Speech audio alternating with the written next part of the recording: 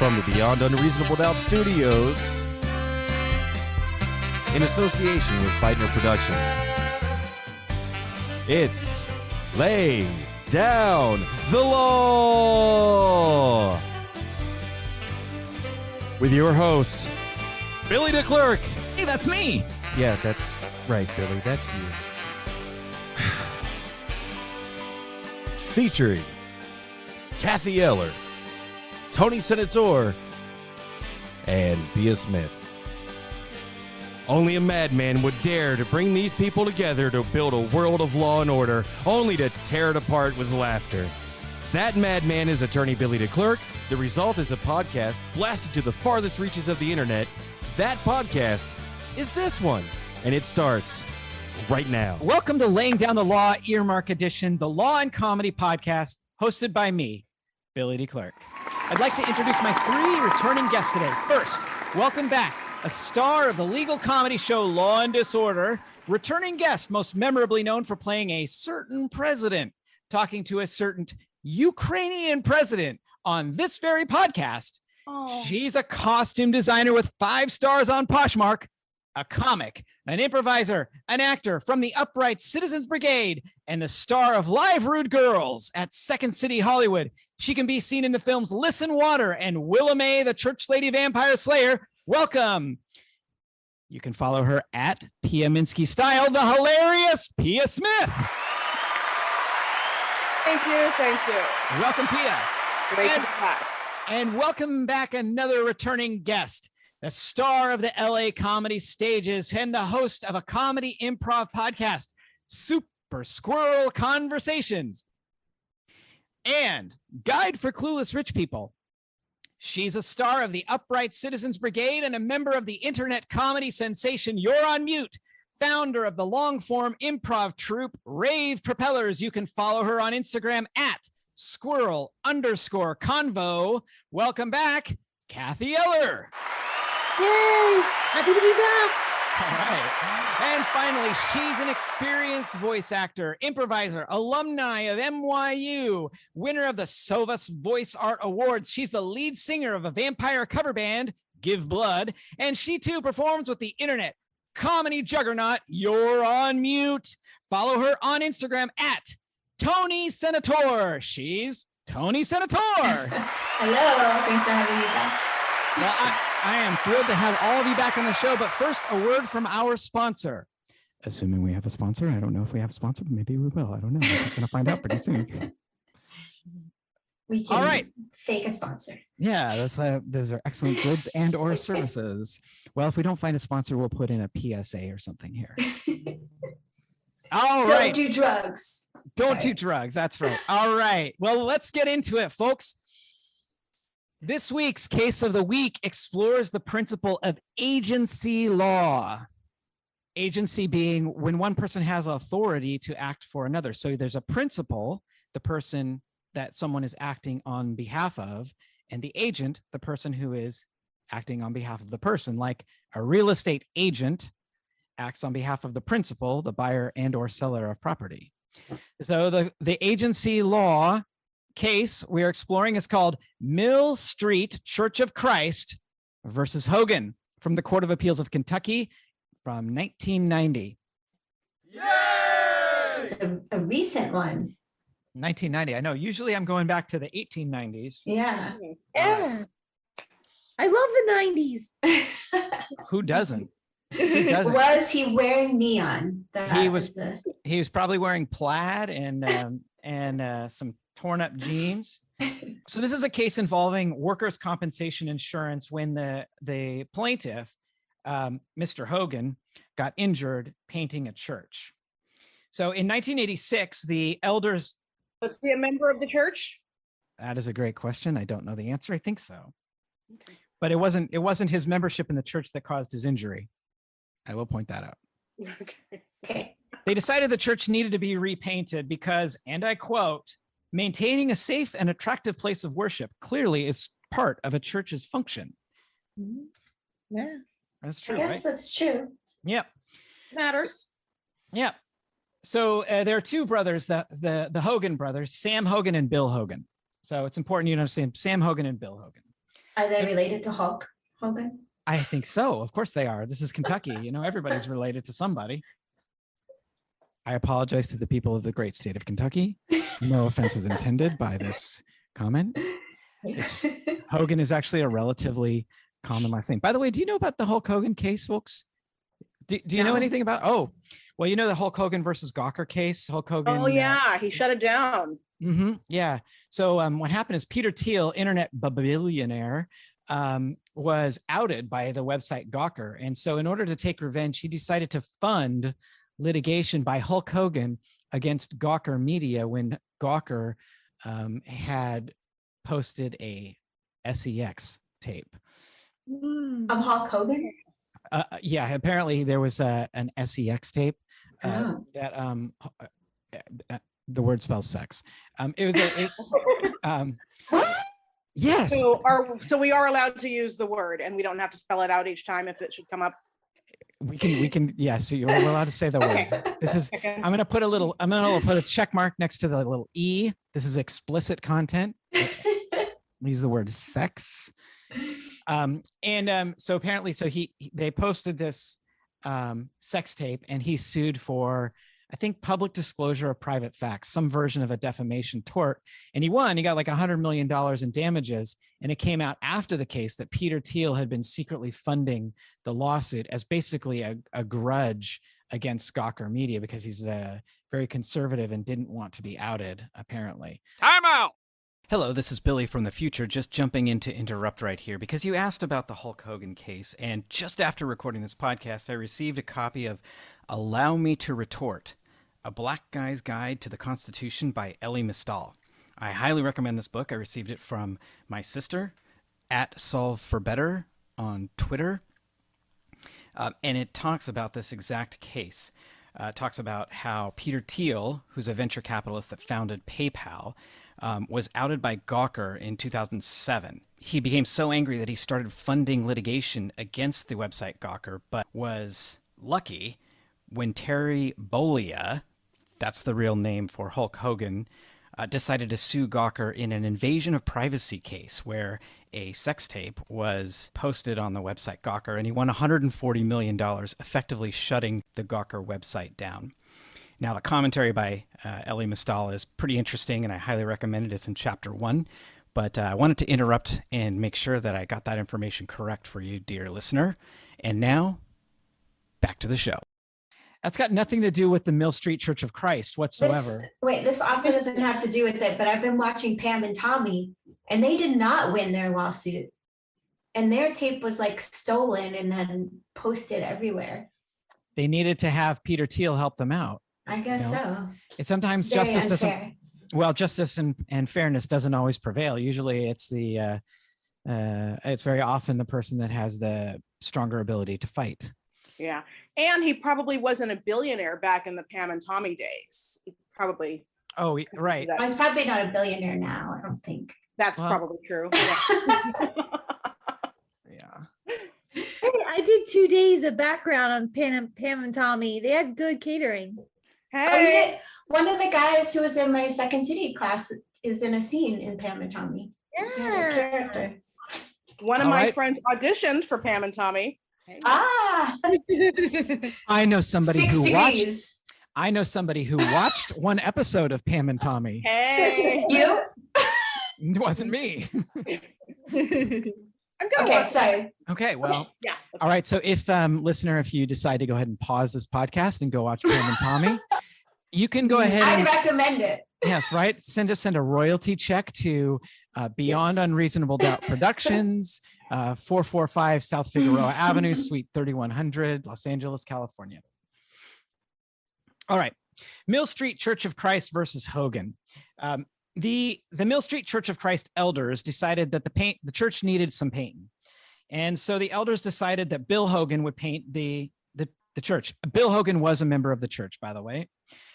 They also decided that Gary Petty would help if Bill Hogan needed the help. They had hired Bill Hogan in the past, and he'd done other kind of jobs for the church, and so had his brother Sam. They'd done jobs for the church together, and Sam is the one who sues here. Bill is not the one suing; it's Sam Hogan who's suing. Oh, in answer to your question, it says here that Sam had been a member of the church, but he was no longer a member of the church as of the time of the facts of this case. Got it. Got it. Okay. It's an Interesting. It's an important side note. I don't know why it matters, but he had been a member. He wasn't when the events occurred.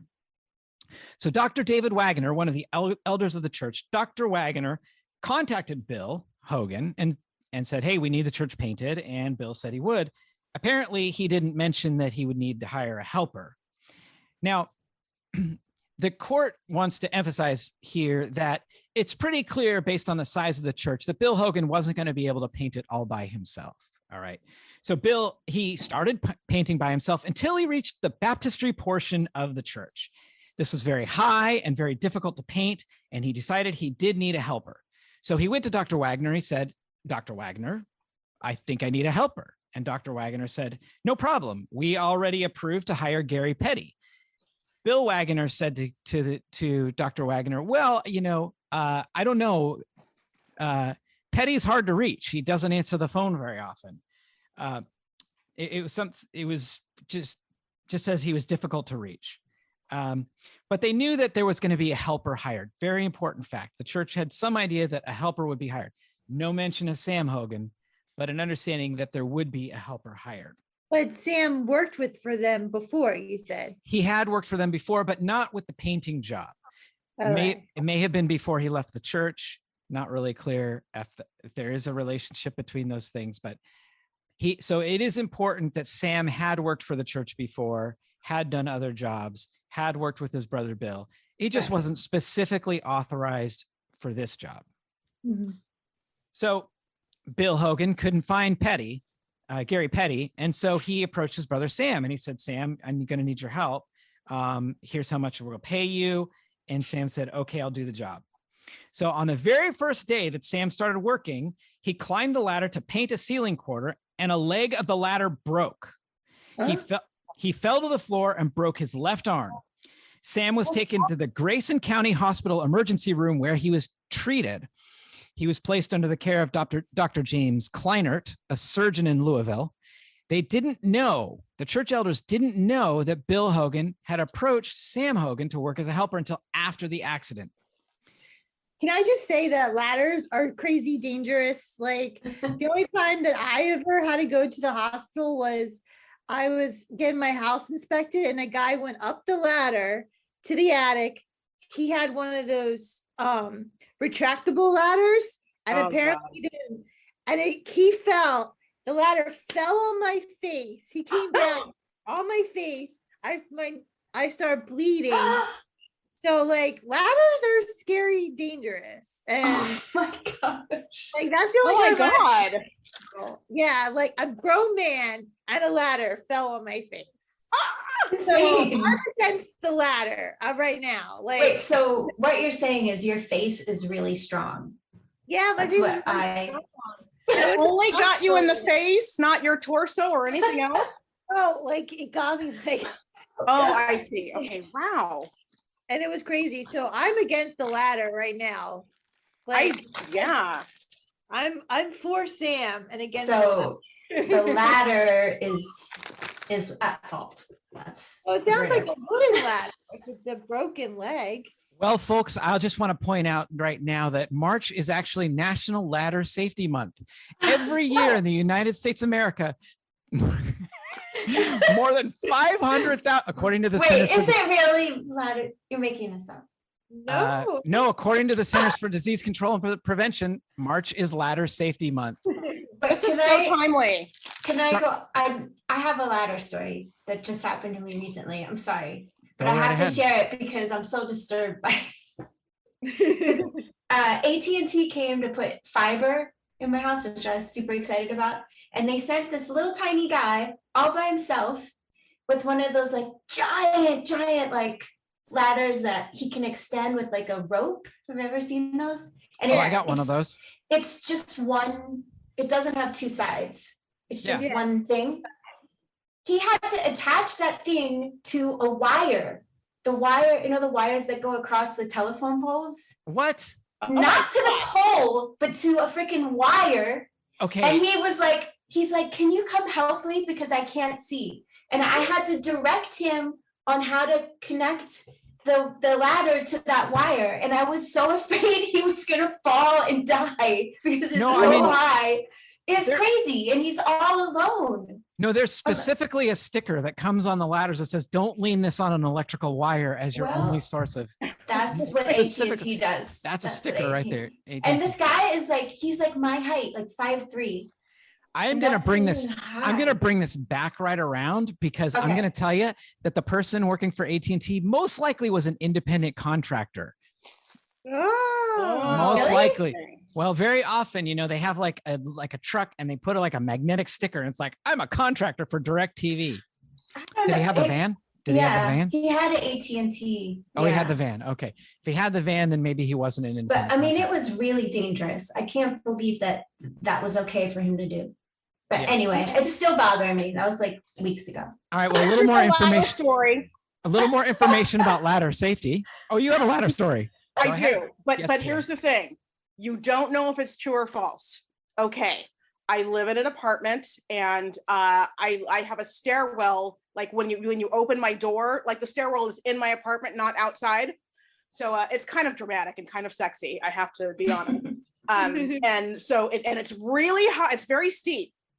Okay. For years, I wanted to hang a portrait of the late, great Prince, like in the stairwell. So that's like this thing that I see each day when I leave my house.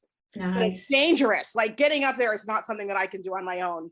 So I rented one of those like extendable ladders, but it's literally like extending, like, it's 2 stories. Very dangerous for me to be getting up there on my own. So I rent the ladder, I do the like extension, and I was too scared to ever do it. So that rented ladder stayed in my stairwell with me having to squeeze past it for like 2 months before I actually took it back to U-Haul. I think that's true. I vote true. I vote that's a true story.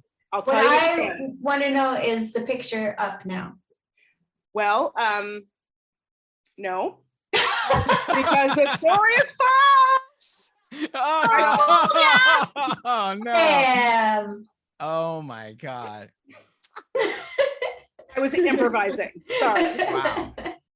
The thing is, as any good liar, since we did have that one meeting at your house, so I do know you have a long, narrow staircase coming in. Oh, okay, right? Yeah, right. I did know that, so that's why I thought, So that Made it sound true to you. although I didn't know your degree of devotion to Prince. So that It sounded true to me because Yeah. why wouldn't you want a picture of Prince greeting you every day? Yeah. Although one hole in the story would be like, how do you get the ladder into the stairwell? And then, wow, that's. My thought was more like, why not just hire someone to hang it if you're going to rent a ladder? And now that we've had this conversation, I am going to do that. And I am going to have a portrait of Prince in my stairwell. There we go. Well, March 2017 was the first ever National Ladder Safety Month, according to the Centers for Disease Control and Prevention. In the United States, more than 500,000 people are treated and 300 people die every single year from ladder-related injuries. The estimated cost in the United States is $24 billion with a B. Wow. With work losses, medical, legal, liability, pain and suffering expenses, and some of those are attorney's fees, I'll be quite honest. Probably like 80% of those. I believe it. I believe it. Attorneys. So the 4 weekly focus areas of Ladder Safety Month are March 1st through 11th, the overall importance of ladder safety. March 12th through 18th, ladder safety at work. March 19th through 25th, ladder safety at home. And March 26th through April 1st, ladder inspection and disposal. We should be recording this tomorrow for ladder safety at work to like kick that week off. And then we could do it from ladders. We could all be on a ladder, safely using ladders. Yeah. Well, it's entirely possible and even likely that this episode will not air or be disposed of on the internet, whatever happens, in March.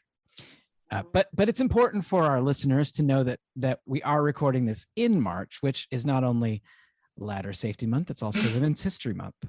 I That's right. So a better known observance for those of you who don't observe National Ladder Safety Month. Or Natal Safety Month either. Yeah, exactly. Natal Safety Month. National Ladder Safety Month. Okay, well, that's the CDC for you. Ever helpful. So Sam Hogan fell off a ladder. In March? Yeah. Just kidding. It was in December of 1986, his first day on the job. Okay. It was a half an hour after he started. He fell off the freaking ladder. Oh my God. Wow. I think they planned it. I'm sorry. The church, you think, was after him? Him and the brother. Oh, could be. Right? Mhm. That's a come up, Yeah, you know? could be. Church has got money. That's right. Well, it's actually, there is an insurance company involved. It's a state automobile mutual insurance company that's apparently driving this case. Insurance is also a big deal. So after his brother fell off the ladder, Bill Hogan went and reported the accident to Charles Payne, who is a church elder and treasurer. Payne said that he admitted that the church did have insurance. Bill told Payne the number of hours worked, which included the half an hour that Sam Hogan had worked before he fell off the ladder. Payne gave him a check for all those hours, and Bill also, he didn't use his own tools or materials for the project. For those of you who are thinking about independent contractors versus employees, that's an important fact. He didn't have his own tools or materials. The church supplied all the tools, materials, and supplies necessary to complete the project. Bill Hogan had purchased those items from Dunn's hardware store and charged them to the church's account. See, that's what Was he allowed to do that? He See, was. being a freelancer, yeah, like being a freelancer, when I was freelancing for like set decoration, like we had to buy all our stuff, and then we had like, they gave us $150. Like they're like $150, but a lot of times, like what you need is way more than that. So Well, I that like is- that they had it. I like that the church did that, because supplying your own stuff is sometimes they quote you really low. Well, Cathy, let me just take a pause for a second and tell you that that was wildly illegal. Yeah. What happened to you? Do you need a lawyer? And was it fewer than 4 years ago? Yeah. Was it?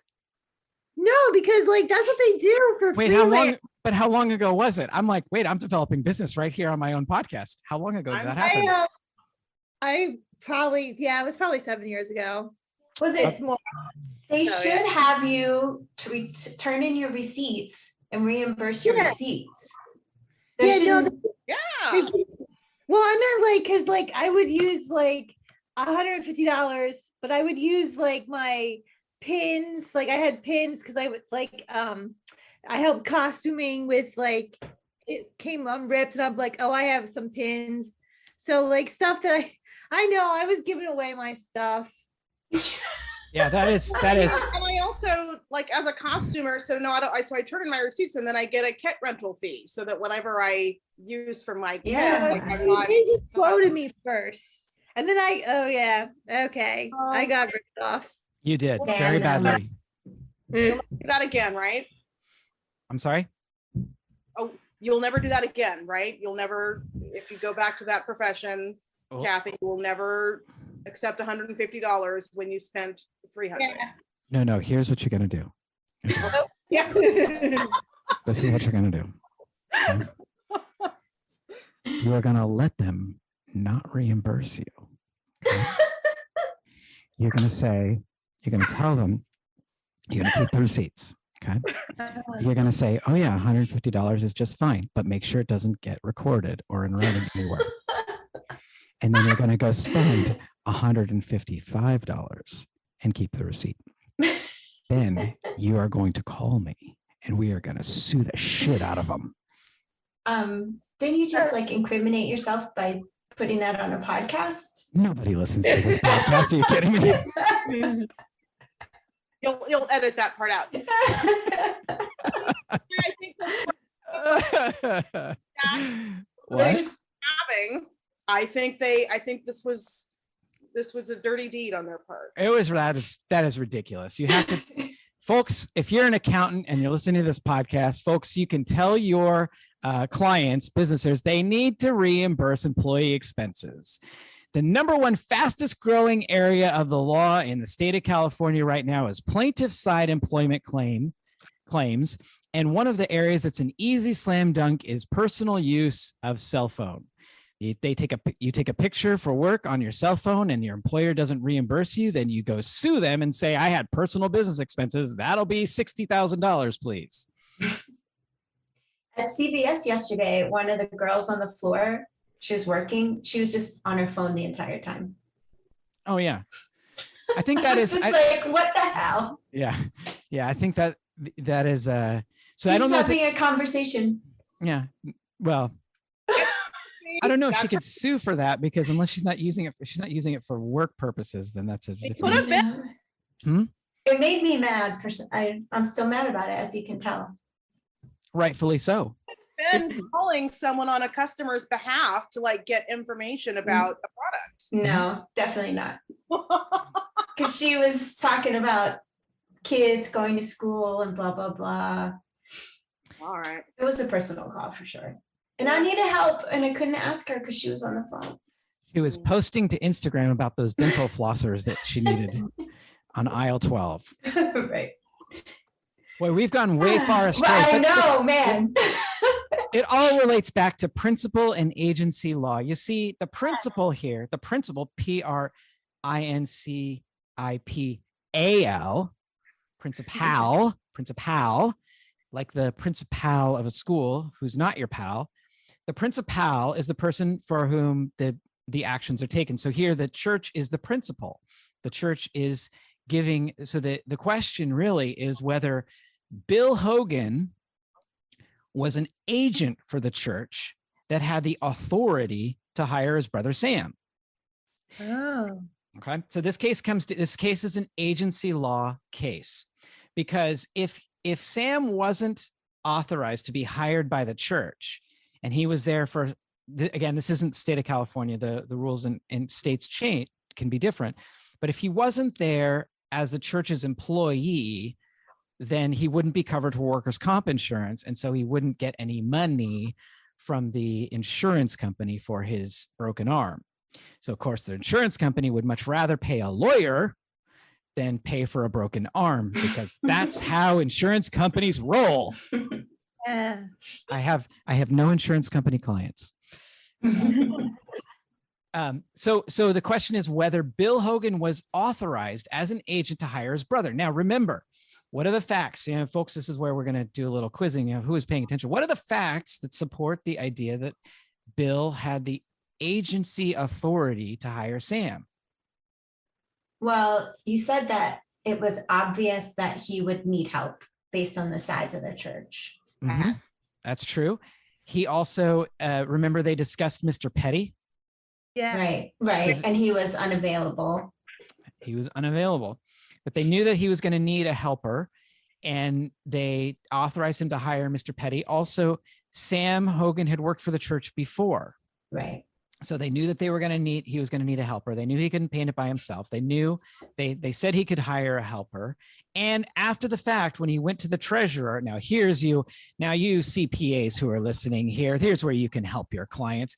The treasurer wrote a check, meaning to be helpful, for that half an hour of work that Sam did before he fell off the ladder. Oh. Busted. It's the, yeah. He Once admitted it's it. back, it's all over, right? So since he was Busted. paid, then obviously Well, it was okay. It's another fact supporting the idea that Bill Hogan was authorized to hire Sam, because Mr. Charles Payne paid for that half an hour of time, paid for the supplies. What was a half an hour's time worth back in 1986?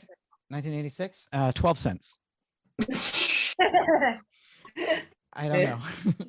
$5. $5. Yeah, so he gave him a check for all of the hours, including his brother's time, and reimbursed him for the expenses. Dunn's hardware store.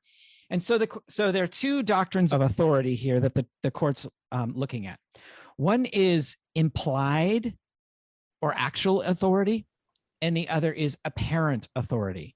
So those of you that are taking notes, this is where you'd pull out your notebook. And those of you that are taking a quiz, This is an excellent point for a quiz question. The difference between implied or actual authority or apparent authority.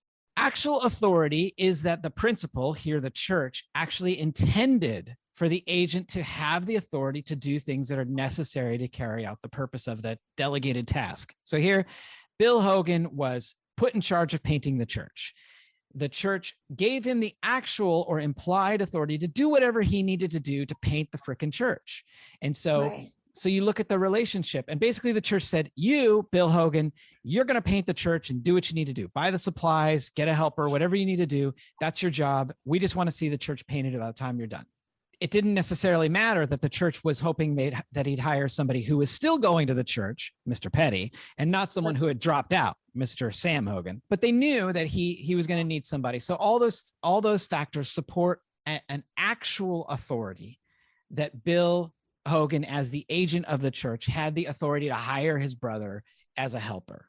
They never said that he can't hire someone who's not in the church, right? Right. So all that authority is implied when you ask somebody to do something. You're basically, they're your agent, meaning that they're in charge of completing that task and they have the authority they need to complete that task.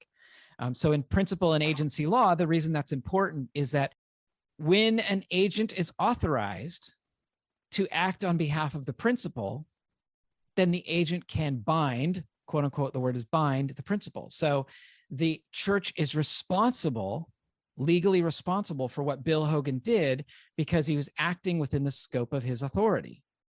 So he was allowed to hire somebody, so the church is responsible.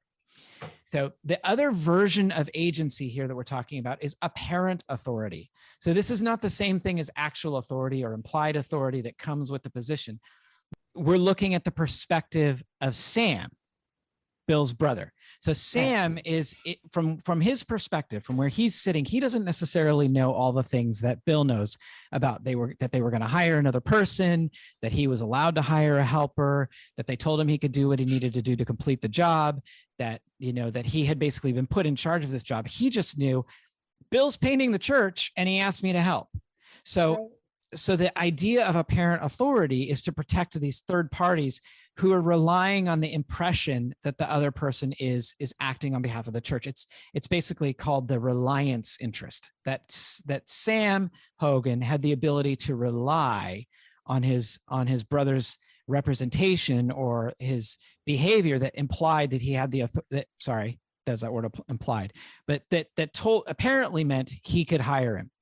So because from Sam's perspective, it's not fair if the church says, well, we didn't say you could hire your brother, right? It's not fair that from his perspective, it seemed like they could have. So the church from the church's perspective, it's kind of unfair because they're not in control of who gets hired, right?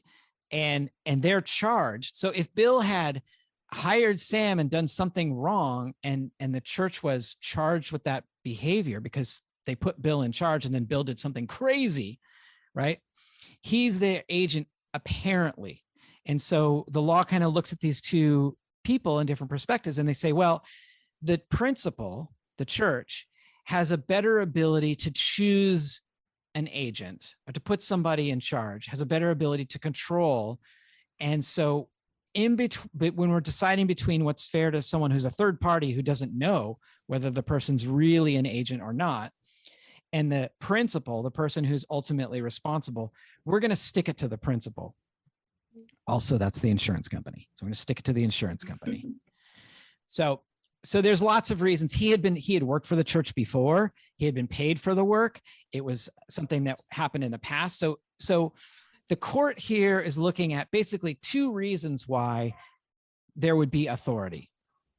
Can I just say, it sounds so formal. Like my church growing up, like was next to a school, and like the school janitor was also the PE teacher who also did stuff in the church. So it seems like right here, like that they seem like any church is always about like small communities and stuff, that they would have not been so serious with Sam. Like they would have been like, oh yeah, it's his brother.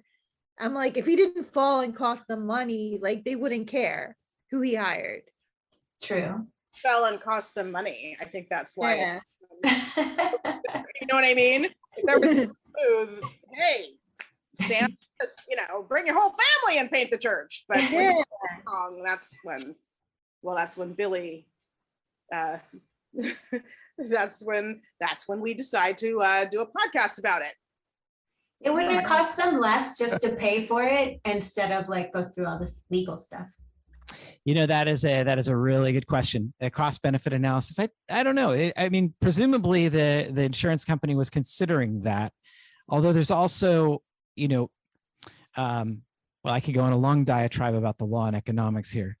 Do you want to go on this journey with me? I don't know. Okay. So yeah. Was Sam, how did it become a legal matter? Like, did the church just say, when he said, hey, who's going to pay for my hospital bills? Did the church try to deny him? So what had happened in the initial case, so this is an appeal. In the initial case, the Workers' Compensation Board had said, for workers' comp purposes, Sam is your employee. So the church, really the insurance company, appealed. Mm-hmm. In the case of insurance companies, typically, they have attorneys that they pay on a lower rate, and they do a volume practice. They do a lot of cases. Workers' comp rates are very low. It's very inexpensive. And so they're doing a cost benefit analysis. And when you're looking at a workers' comp case, typically it's the injury and the disability that goes with it. And there's a whole analysis, and you have to compensate the person for the injury for as long as it's going to affect them in their work scenario. And so insurance companies, because insurance companies are evil, they're necessary evil, but they're evil. The State Farm guy is evil. They are. They are. Listen. You don't get the tallest building in every single city by paying out claims. You get the tallest building in every single city by accepting premiums and denying claims. Okay? That is how you get the tallest building in the city. You accept premiums and deny claims. Okay, You're that's not the wrong. insurance game. I know I'm not wrong. And I know I'm right about this. I'm wrong about a lot of things, but this I know. So the law and economics theory, in an individual case, if you're totally rational and have perfect information, you'll every case will settle. Basically, is the general theory of law and economics. And it was best articulated by Judge Posner in the Seventh Circuit out of Chicago. So Judge Richard Posner is a big law and economics proponent, and basically says, with perfectly rational actors, with perfect information, we'll resolve the case every single time without necessity of going to court. Because if you have perfect information, you know exactly what your probability of success is and what the cost is of getting there versus the cost of paying a claim. And so when someone gets sued, they're going to have to think about, well, what's it going to cost for me to hire an attorney and defend the case versus just pay out the claim, which is why plaintiffs' employment law attorneys are the fastest growing business in the state of California, because every single time on an individual basis, it's going to be cheaper to pay a claim than to hire an attorney and defend yourself. Plus, you have the uncertainty. You don't know what's going to happen in a trial. So in this case, back to your question, Toni, in this case, the insurance company decided it's cheaper for us to hire lawyers to appeal this case than it is to pay for this guy's broken arm. And insurance companies are very rational, and they are. I believe that. They are very rational, and they are very good at doing actuarial tables of costs and figuring out, what's the likely exposure of something. And so they figured it's probably cheaper to appeal and deny this guy benefits if we can, as opposed to pay for his broken arm. That's crazy. It's a human being. Mm-hmm. Well, that's not how insurance companies think. Church. I am ashamed. Oh my God. It's a church. Oh. Yeah. I believe the Hill Street Church of Christ. I believe that Christ didn't say, love your neighbor, except when he falls off a ladder in your church. In those cases, fuck you. That's not the Prince of Peace. That's not. I don't know. I think that's in the Bible somewhere. Yeah.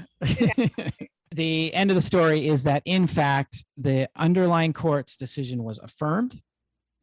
The award of workers' compensation damages was upheld, and Sam Hogan got his money.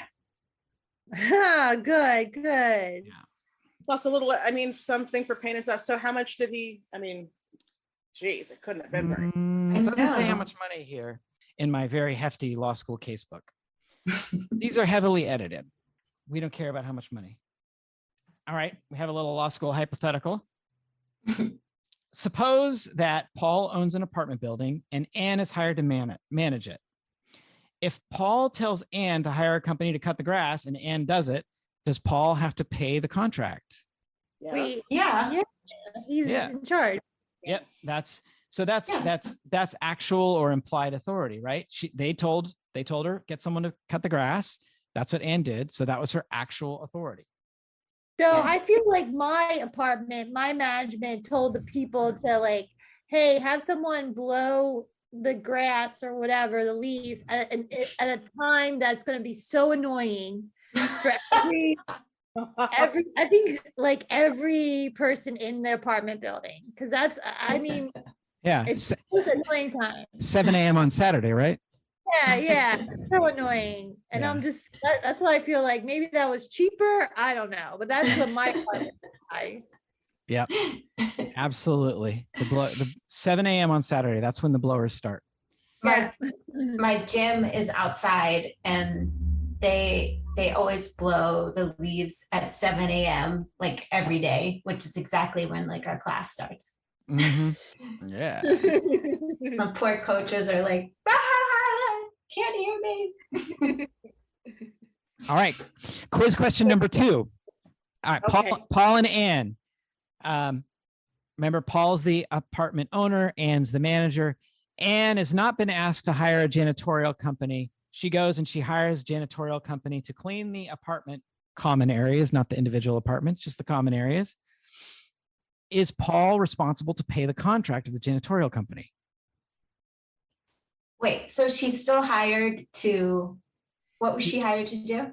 She's the manager. He hasn't told her to hire, he didn't tell her to hire a janitor, but she went ahead and did it anyway. I think Paul's responsible. I agree. Yes.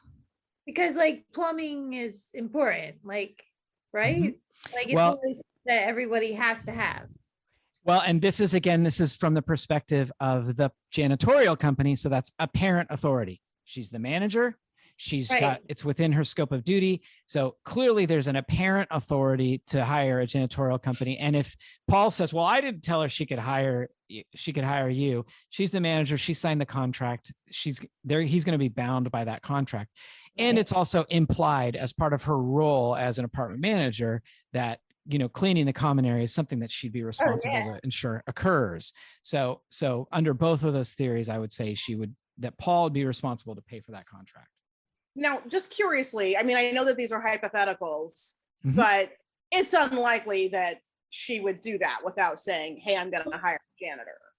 Well, yeah, most likely I she would think have so. some kind of a contract that would define what the scope of her authority is. So what would happen? So what could happen in a three-part kind of relationship like that is if, let's say, Paul gave her a contract, and in her contract he says you're only allowed to spend $100 a month on janitorial. All right, and she goes out and she hires a janitor company for $150 a month. So the janitor is going to say, here's my bill for $150. Paul's going to say, I only authorized $100 a month. And the janitorial company is going to say, tough patooties. We were hired. We quoted the bid. Your agent signed the contract. You need to pay $150. So the problem then is between Paul and Anne, right? So she exceeded the scope of her authority, but it's not fair to the third party who relied on the apparent implied authority of the manager to not pay her contract. But Paul might fire Anne or make a claim under the contract that she wasn't allowed to do that. And so that's how the burdens and the benefits are kind of laid out. Okay. The use of these words, applied and implied and all of this, starting to get a little salady up here, but it's Yeah. Well, let's unsalad the salad and what did you want to? No, I'll catch on, but it's I just need a little practice with these concepts. Well, sometimes I go fast, and sometimes I over explain, and then sometimes I don't explain enough. So just coming back. So the basic rule of this case, the basic thing that it's the case is the reason it's in this law school textbook, business law textbook, is because you're talking about the concept of a principal and an agent relationship. So the principal being the person who is having something done for them. They're the one in charge. They're the one that's ultimately responsible, and the agent who acts on behalf of the principal. Okay. And this case really is designed to demonstrate two versions of agency. There are other versions of agency law. There are other ways that someone can be an agent of a principal. And there are other rules that can apply based upon the relationship of the principal and the agent. But this case is designed to show you how implied or actual authority works. So in this case, we have Bill, the guy who's hired to paint the church, is the agent of the church under a theory of implied or actual authority. Because his job is to paint the church, he's got the authority, the ability to do whatever it is that's necessary to achieve the purpose of what they use the word delegate, what's been delegated to him. So it's been delegated. So the church obviously has an interest in having I think the words of the case are maintaining a safe and attractive place of worship, clearly is part of a church's function, and one for which it would designate an agent to ensure the building is properly painted and maintained. Yeah, you want pretty wedding pictures, don't you? Absolutely. Yeah, you don't want your wedding to be like with purple walls. Right. You can't charge 25 grand to have a wedding in your church if the paint's peeling. You just can't.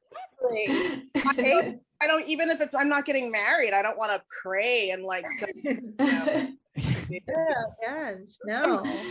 By Sunday for prayer and paint chips. I mean, Jesus won't even take my prayer seriously if I'm. Yeah. Well, I think of church, I think of donuts, and I'm like, you get those aren't sprinkles. Those aren't rainbow sprinkles. Those are paint chips. Don't eat them, kids. Wait, were there donuts at your church? Oh, heck yeah. Oh, can I tell you a little bit about donut politics? Yeah, I will. I'll tell you a little bit about donut politics. So I'm a member of the Knights of Columbus. I'm not that active, but yeah, the Knights of Columbus is a fraternal organization dedicated. My grandfather was in the Knights of Columbus. Yeah, my grandfather was a 4th degree knight. I only made it to the 1st degree, and I learned the secret handshake and dropped out. But anyway, yeah. So the Knights of Columbus was started in Boston in the 1800s because Irish people weren't treated fairly, and somebody had to take care of the wives and the children when the men, Right. Anyway, see, I thought it was started by Italians. No, Italians dominate the Knights of Columbus, but it was started for the Irish. Interesting. It is dominated by the Italians. Well, I could be wrong, actually. Let me just. Father Michael J. McGivney is the founder of the Knights of Columbus. I know that because I'm a 1st degree knight. You have an outfit? Do you have that little pin? I have a pin. Yeah, I have a pin. Father Michael J. McGivney. Okay, Billy. Mm-hmm. Will you show us the secret handshake or? He can't. We're not women. allowed. Yeah, that's part of the reason I was like, this is kind of stupid. I was like, okay, there are. I've even putting you in that position. I joined because my next door neighbor was in the Knights of Columbus, and he's a really nice guy. And I was like, he's like, come on, just come down. He's like, it's the same 5 guys all the time. We rotate who's the Grand Knight every couple of months. That's fun. He's like, I'm the Grand Knight right now. And I'm like, okay. I went to a couple of meetings. It's like, boring. I was like, because when my grandpa did it, it was like fun. Like they did barbecues and pancake brunches. And I was like, I can down. So I got started talking about donut politics. So here's the deal. Donut politics. So the way the way church organizations make money is donut Sundays, right? So everybody knows the economics of a dozen donuts, right? It's like 15, 20 bucks for a dozen donuts. And then you put a little basket and you say, take all the free donuts you want and go ahead and leave any money in the basket. So people come up and their kids take a donut and they put 10 bucks in. They just finished church. They're feeling holy. They're feeling good. I'm going to pay 10 bucks for a donut, right? So the donut slush fund is incredible. So there are multiple fraternal organizations and groups. There's the Knights of Columbus, there's the PTA, there's the school. All these different groups are trying to raise money, and everybody wants the good donut slot. And everybody knows the 9 o'clock service is the donut money. That's the donut money show, right? Because that's when the kids go. That's when they have the children's liturgy, right? And the kids come out, they want their donuts, and their parents are feeling holy, and they're handing off the money because they got an hour of free babysitting. I was unaware of all of this. I had no idea. I mean, oh yeah. I don't go to church now, but I went to church a lot as a child, and we never had donuts. No, this is what goes on behind the scenes at certain churches. Okay, that's all I'm saying. It's a certain church in Pasadena, I won't mention the name of, where the donut politics get intense. Well, I would have probably gone to church if I had known there's going to be a donut there. Oh yeah. Oh yeah, it definitely helps with attendance. It definitely helps with attendance. Unless it's just like those dry powdered sugar ones. Oh no, they're the good ones. They're the good ones. They're the good ones. You got to push those donuts out. You got the people in the church, they do the pray, they go out, they get the donut. That's how it goes. But see, the thing is, everybody knows that the 12 o'clock mass, the people who go to the 12 o'clock mass, they don't want donuts. It's too late for donuts. They're going to go to lunch. So they don't spend a lot of money on donuts. So you get the shaft, you get the noon service. Forget about it. You want the 9 a.m. You want people coming out at 10 o'clock, ready to roll for those donuts because you are going to make some bank. Then you can pay all the workers' compensation claims you want. Yeah, I was just so what do you think? I mean, I know that the church doesn't have to pay tax anyway, but how much money do you think, like just your basic church, not a big fancy one, but how much would you say they're taking in on this donut scam?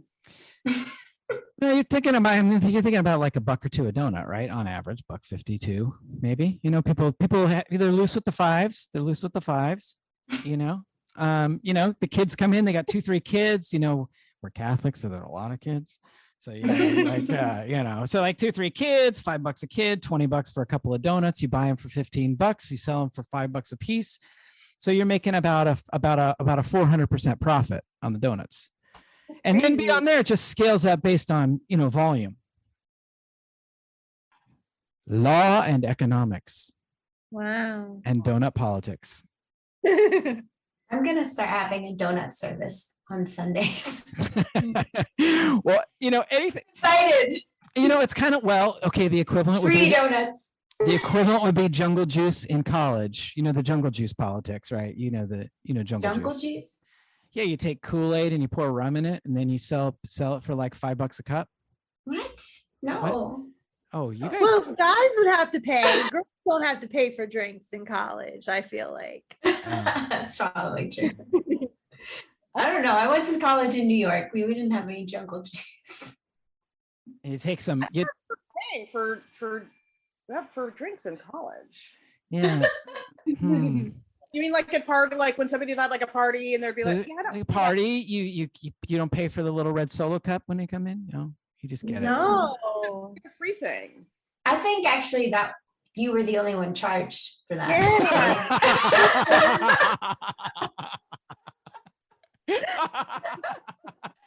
That's good. I'm subsidizing everyone's jungle juice. They're like, oh, Billy's coming. Extra pineapples in his red Solo cup right there. I'm paying. It's on me. Oh Lord. Oh my God. Wow. That was in the 90s, folks. That was in the 90s. I did go to college in the 90s. All right. So long ago. Can I just go back to Knights of Columbus? I just have one question. Yeah. Of me? Was there a costume? Oh yeah, there absolutely is a costume, but you don't get the costume till you get to 3rd or 4th degree. I think it's there's like a sword too, right? Oh yeah, 4th degree. Yeah, my grandfather had a sword. He had a sash. Mm-hmm. the hat with the thing on the with the Yes. thing on top, and then Yes. the color of the tassels on the top of the hat. It depends on if you're a grand knight. A grand knight is like the head of the council, a 4th degree grand knight. So that's like and then you get into like the supreme grand knight. They have like a state convention and stuff like that. But yeah, What are the issues? What are the men talking about? I mean, I know it, just anything you can tell us. I know it's secrets. it's mostly abortion. Donuts. No, it's mostly abortion. Really? Abortion. Yeah, that's a big thing. That's a big one. Anti-abortion. Yeah, abortion and abortion. That's the main thing. Like It's kind of the thing. how we're gonna end it? It's That's- interesting how an all-male group wants to talk about abortion. Isn't it though? Isn't it though? Yeah. Isn't that funny? Naked ladies, but no, they want to talk. Right. Oh my God. It's really That's a big one. On a So- press. No, in all serious, I mean that there's some people that's their thing. It's mostly focused on service.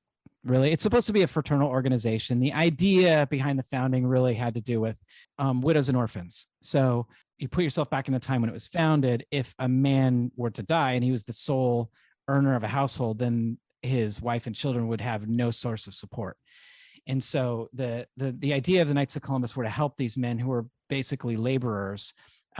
If they all joined together, there was basically the agreement that, you know, if something happens to me, you'll take care of my family. And that turned into an insurance company. So I do still have Knights of Columbus life insurance. It is good life insurance. the mob kind of works that way too. Mhm. You know, like Similar. But there aren't any Italians in that organization, right? Oh no, Toni? none at all. No, So none that I know of. none at all.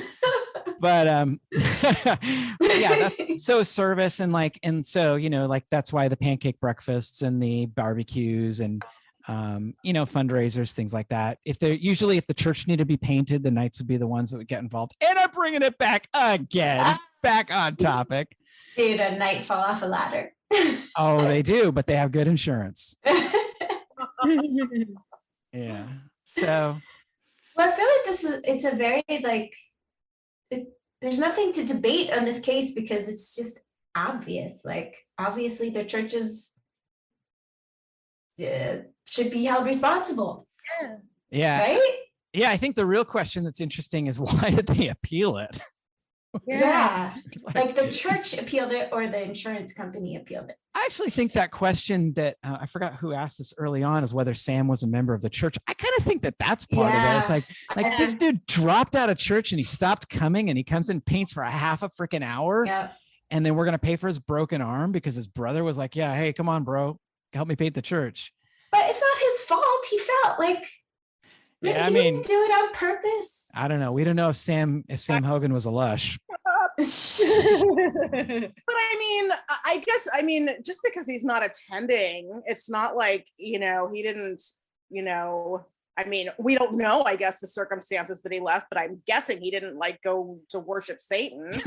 No, You never know. that requires you to get up early in the morning. You got to start early. Wait, I thought Satan happens at night. I know you sleep during the day. You got to get up early, like Yeah. 2 a.m. Oh, I see. What Paint you your mean. Okay. anagrams, and it's a Okay, lot of got work. it. It's a lot of work. I mean, you got to be committed. You got to be Yeah. committed. I can't commit to that. No, Lucifer don't tolerate no lightweights.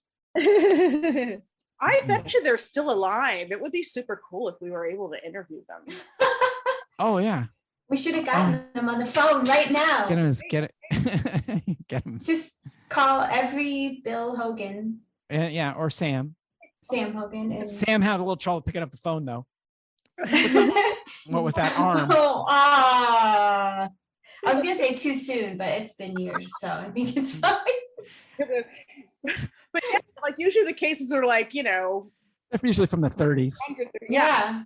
These guys, I bet you they're still thriving. Yeah. Yeah. Yeah. So yeah, interesting. There's nothing in here about suing the ladder company because the ladder broke, by the way. Yeah. Wow. Mm. Very I mean, but How old was the ladder? Again, if the church supplied the ladder, well, it's the church's fault. Yeah. Well, it doesn't say in the case whether Bill Hogan had gone down to Dunn's hardware store and bought a new ladder, or whether it was the one they had, just kind of like the wooden ladder they had behind the place, just kind of like molding away. Yeah, like in the sun, like just rotting.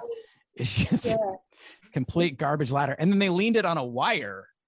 All right, you guys want to do a little improv? Wait, improv? Right. I literally forgot. Forgot this is it, law and improv. So, I would love this job, but just know that if I get hired, I'm gonna need an assistant. Okay, no problem. We totally back you up on that. I mean, sure. Just make sure it's a capable person, someone you can trust. Oh yeah. But we're here for you. Sure. I mean, because like wedding planning is like so difficult, and I just need someone to help run around. My sister's really great. If I can just get my sister. I mean, it's my sister that's getting married. So I feel like if I can speak for my sister, you could speak for your sister, right? So yeah, I'm cool with that. Yeah, I think everything will be fine. Totally fine. I'm really bonding with you. So Me between too. me and you, I just want to let you know she has a little drinking problem. So does my sister. Really? Oh my gosh. Oh my gosh. So she loves Long Island iced teas. What about your sister? oh yeah, she likes LA waters. Yeah. What's LA Similar though. It's kind of like a it's a dirtier Long Island iced tea. Oh, very good. Yeah. Good. Yeah. Interesting. Gosh, Yeah. maybe we should all hang out sometime. Well, we will on the wedding day. Oh, Hello? Oh, hi. Hey, Jane.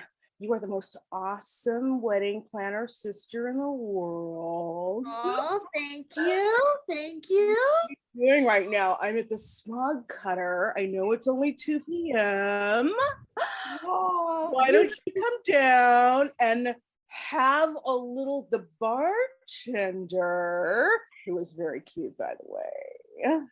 you should at 2 p.m. Come on, how long have you been there? Oh, that doesn't matter. That does not matter.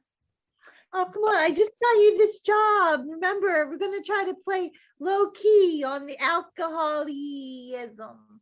Just come down here and meet me, and you can taste these Long Islands, and we can see if they make for like the signature drink for the wedding. Oh, okay. If it's for the wedding.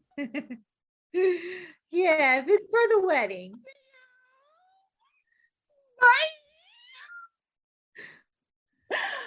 I knew you would make it.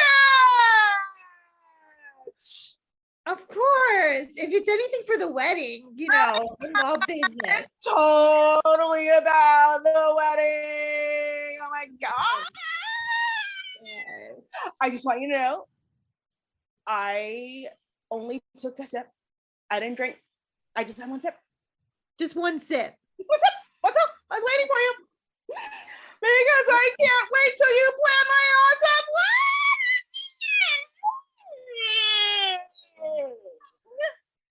Wait, we're not planning yours. You're helping me with the wedding. Oh. That's right. Oh my God. Well, that works. Because that way I don't have to be careful about my drinking. It's cool if I just have a sip before we go to work, right? It's cool. Oh my goodness. Fine. One sip won't hurt. It's if we're gonna be used as, tasting our menus for our clients, It's important. It's real important. Drink up. Here we go. Cheers. I was Cheers. my fourth. Honey, Billy, babe, there is a drunk woman ruining the setup of my wedding right now. How did this happen? What did you do? Who did you hire? This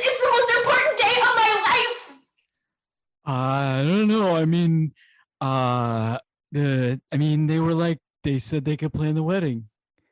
And so I said, okay. That's your answer? Well, That's I your mean, answer. this is an important day. And I thought 2 heads are better than 1.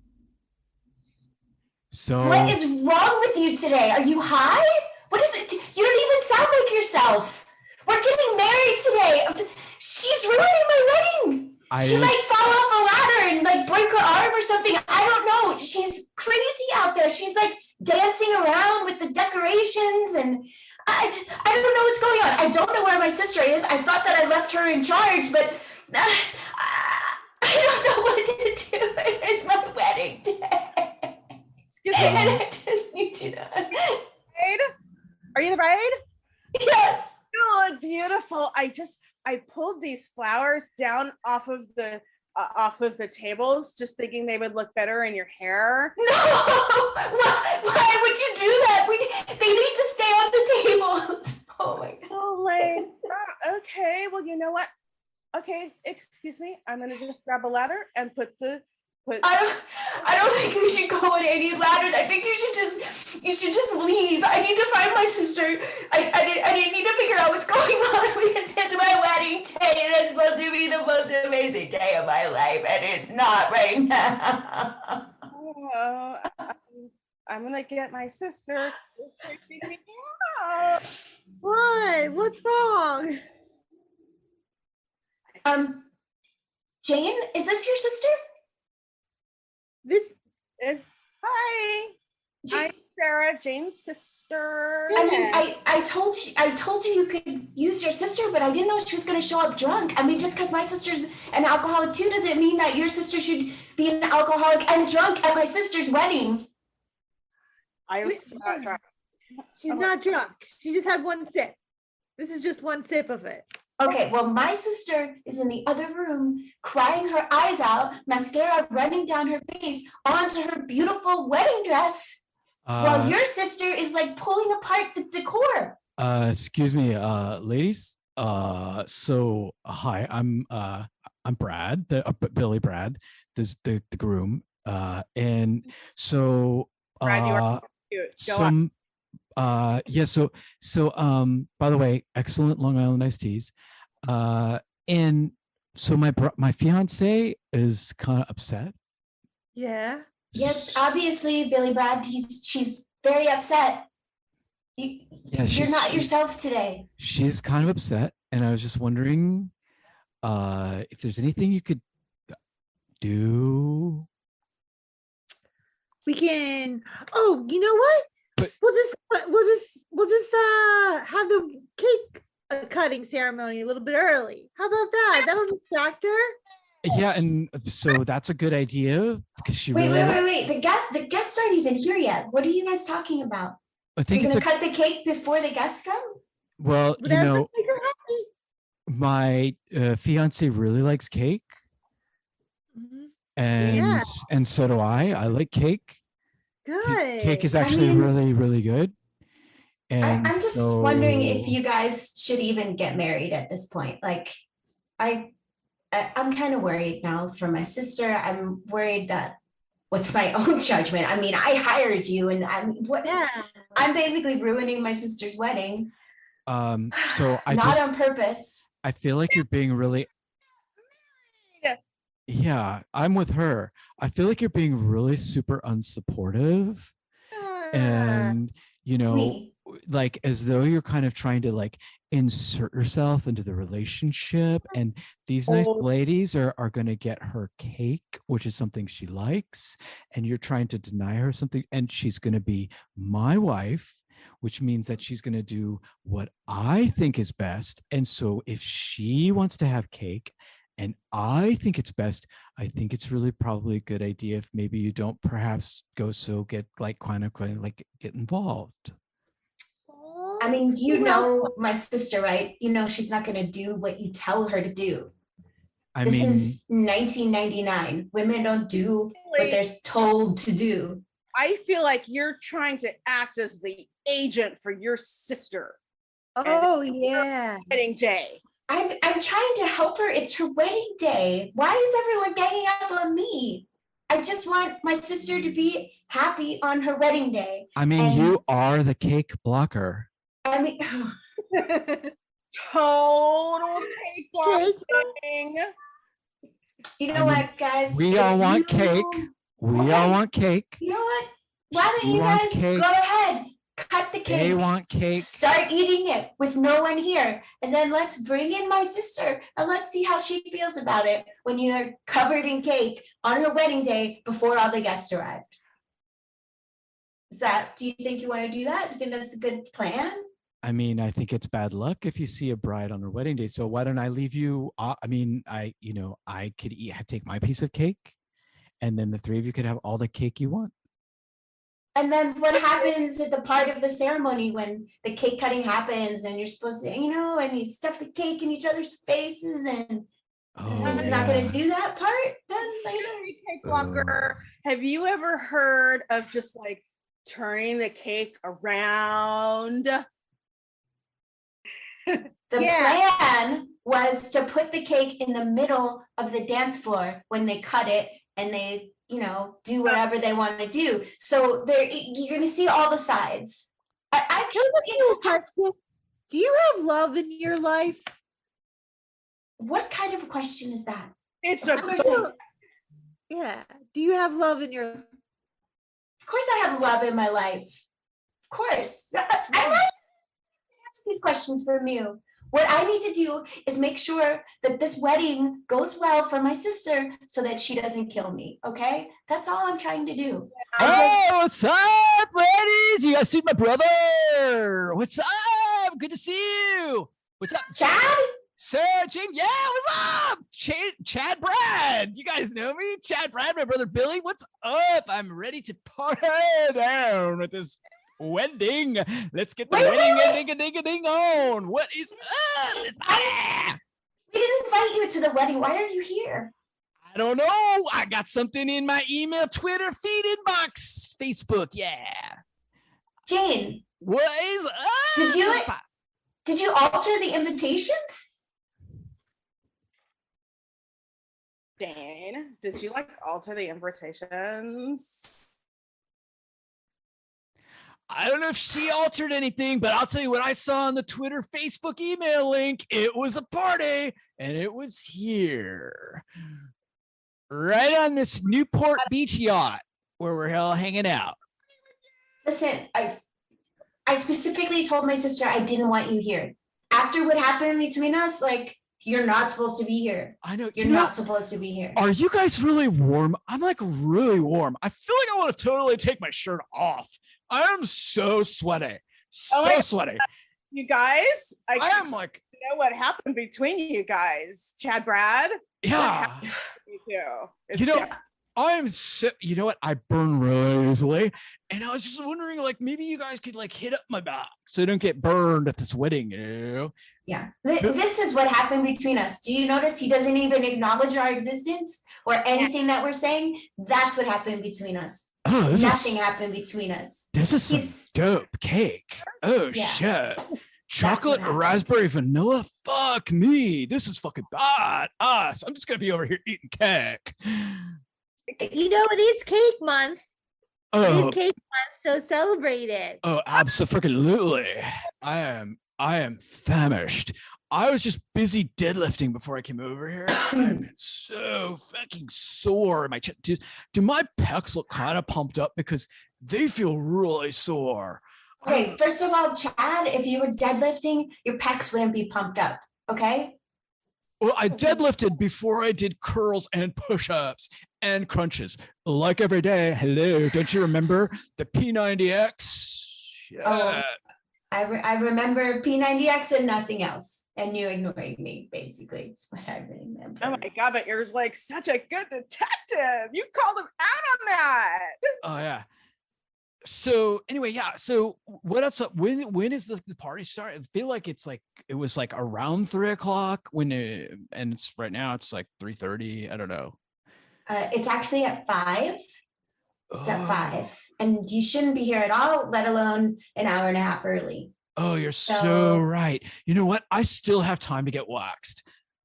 So Yeah, you should do that maybe, and just go wax and then don't come back.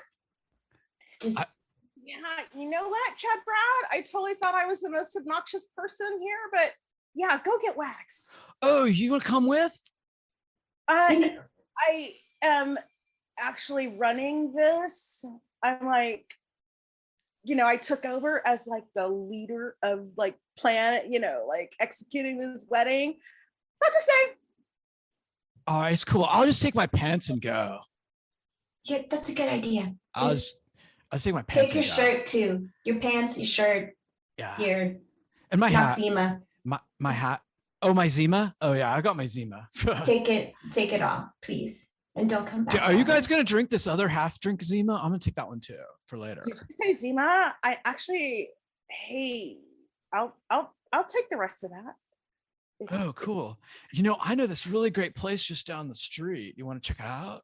For reals? For real, dude. It's so dope. It is so friggin' awesome. They have little pictures of sharks on the wall, and they have like these fish heads cut out, nets and whatnot. You can get like they have like nickel shots at 4. Oh, is it like a secret club for gentlemen? Like some sort of like, you have like a secret handshake? I don't see a lot of ladies in there. I will tell you, I do not see a lot of ladies in there. So I don't know, but if you want to come, it's called Captain Jack's or something like that. We'll just go down. We'll do like one shot really fast. And then are you cool with that, Jane? If I just run out, I'm going to do a quick shot and I'll be right Yeah, that's okay. Okay. That's fine. Yeah, let's bounce. What's your name? What is it? Is this Sarah? Yeah. Sarah, what's up, Sarah? That's your name. Sarah, what's up, Sarah? I'm Chad Brad. What's up, Brad? Who's your dad? What's up? Let's go. Maybe we should get married. That sounds pretty dope. So do you think you'll recommend me to friends? Do I think? Yeah. No. I actually think I might sue you for ruining the biggest day of my sister's life. Because so far, nothing has gone right. People who are not supposed to be invited are invited. Your sister is like taking flowers, throwing them everywhere. She almost fell off a ladder. Like, nothing is going well. Nothing. Why would I recommend you? Why would I? My sister is still in the other room crying, and it's her wedding day. Like, what are you going to do to fix this? Oh boy. Yeah. Oh boy is right. You Okay, I'm Mrs. Osterman, mother of the bride, who is running this shit show. Hi, Mom. Hello. That the shit show is being run by me. But we don't call it that. Oh, I would call it that. This is a shit show. The bars are not set up. There is a ladder in the middle of the dance floor. I have no idea why. The flowers are strewn all over the venue. Yeah. I need to see my daughter married like the queen that she is. I really tried. I tried to hire a good person, and then Leaving it to you, it would be a complete mess. And this is the person that you hired. She came highly recommended. Do you have a sister? Do you have a sister, ma'am? Ma'am, do you have a sister? I do not have a sister. See, if you had a sister, you would have gotten all this whole thing. See, I just have a sister that I always had to find work for. And she's the one with the ladder and the flowers. Man, if you had a sister, you could relate, I bet. Sweetheart, I do not care. I do not care. I do not care. Do you understand that today is the day of my child's wedding? Yes. And I'll do it. And I'll make it beautiful. I'll make it her magical day. What have you been doing? I would really like to know. Do I smell alcohol on your breath? Tasting. It's only called tasting. It's my wedding day. I'm so glad you're here.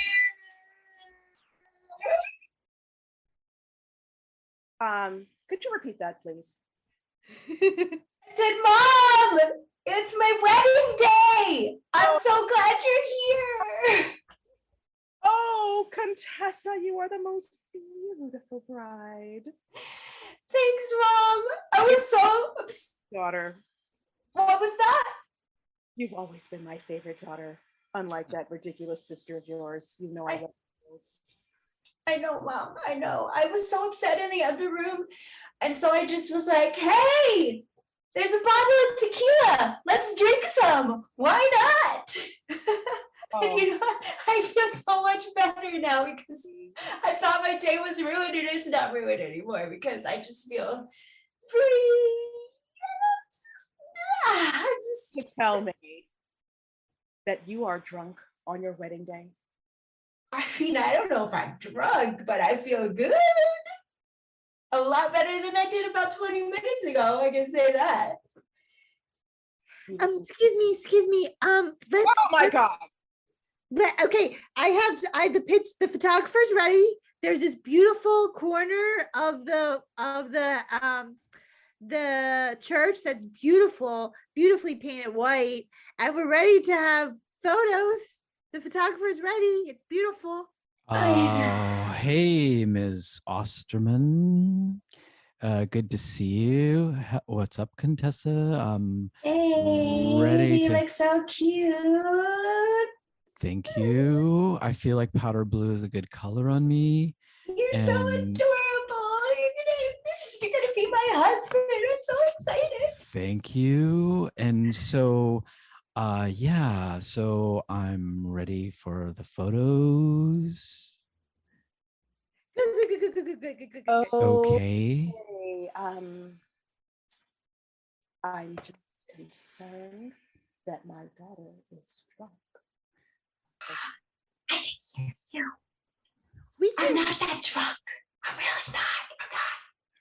I'm not. Fine. Let's go take the photographs. Good. Can Now, let us. Oh. Oh my God. What is up? Captain Jack is in the house tonight. What is up? Nickel shot afternoon, nickel shot afternoon. I don't know. I'm a goon. Nickel shot afternoon. There was this corner of the venue that was like all painted white. Yeah. He just like took all these flowers and like all the vases and just like threw them like all in the corner to make do some avant-garde art. It's so cool. Let me show you. Who's an artist? Who's an artist? This guy. This guy. Who's an artist? Who's an artist? This guy. This guy. What's up? Chad Brad in the house. What's up? Chad Brad. Yeah, I love it. I love it. I love it. I love it. Let's go take the pictures. Let's do it. I can't wait. You're the coolest, right? And more shots. More shots. Oh my God. Shot. Bottle of Cuervo from the bar. You want to do some shots with me? Yeah. What is up? Where's my adorable husband? Why are you here? It's okay. It doesn't matter. Doesn't What's matter. up? I'm gonna take off my shirt again. What's up? Taking off my other shirt. Oh yeah. Doing the shots at the wedding time. Doing the shots at the wedding time. Wow, Chad, you have a way better body than my soon-to-be husband. Yeah, I work out a lot, and he just pretty much just does math. So what is up? Maybe I'm marrying the wrong brother.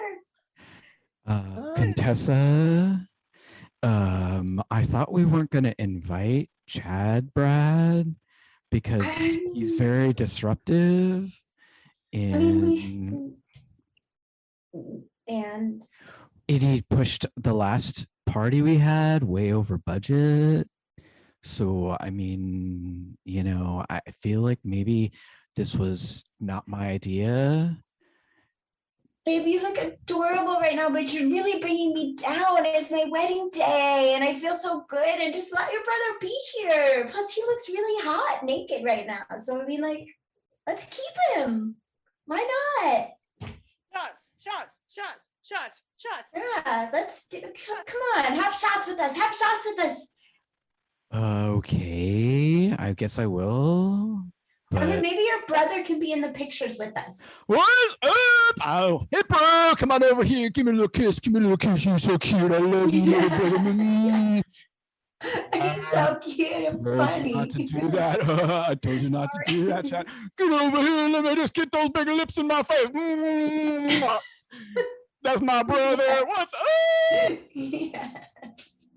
I love it. Totally heard about this fellow who doesn't listen to any female.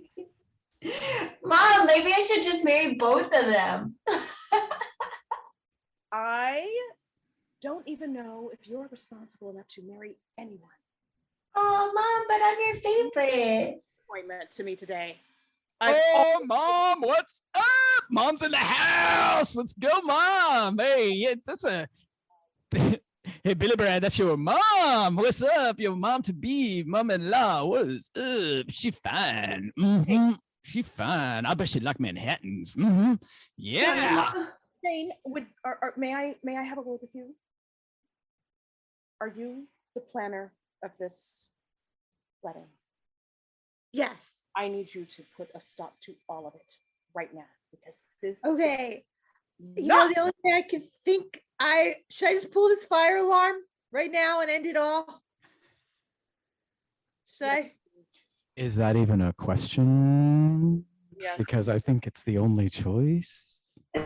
Okay. Ready?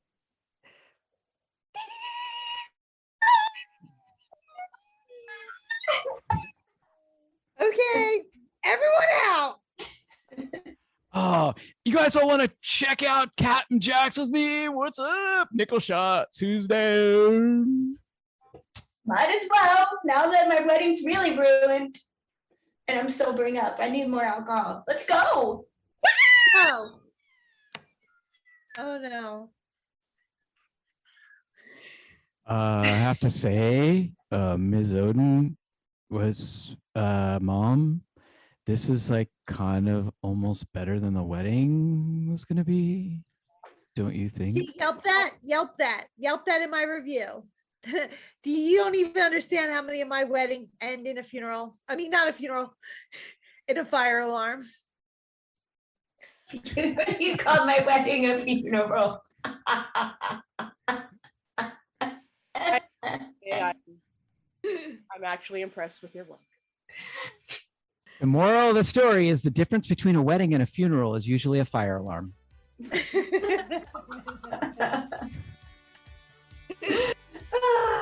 Toni has to go, but if Cathy and Pia can stay, we can do Laying Down the Pretense, a little game show I invented. That went so fast. Yeah. Damn it. It did go fast. Well, it was fun improvising with you guys. All right. Thank you, Toni. Have fun with the rest of the show. Don't miss me too much. All right. Bye. Bye. Have a great weekend. All right. Laying Down the Pretense, the game show that nobody knows how to play and everybody wins. Today's competitors, we have Cathy Eller and Pia Smith. The first question goes to Cathy Eller, who won the toss. We stuck before the game started. There was no toss. No. Question to you, Cathy, is what is the best name for a Wi-Fi router? The best name for a Wi-Fi router is Sexy Beast. That is correct. 100 points to Cathy Eller. Sexy Beast is the best answer for a Wi-Fi router. Going over to you, Pia. Are you ready? Oh, I'm ready. Yeah. All right. How long would you survive in the next zombie apocalypse? I hopefully wouldn't survive very long. I don't feel like having to fight people for clothes and food and water and such. So I'm going to say I would die immediately. I'd be the first one eaten.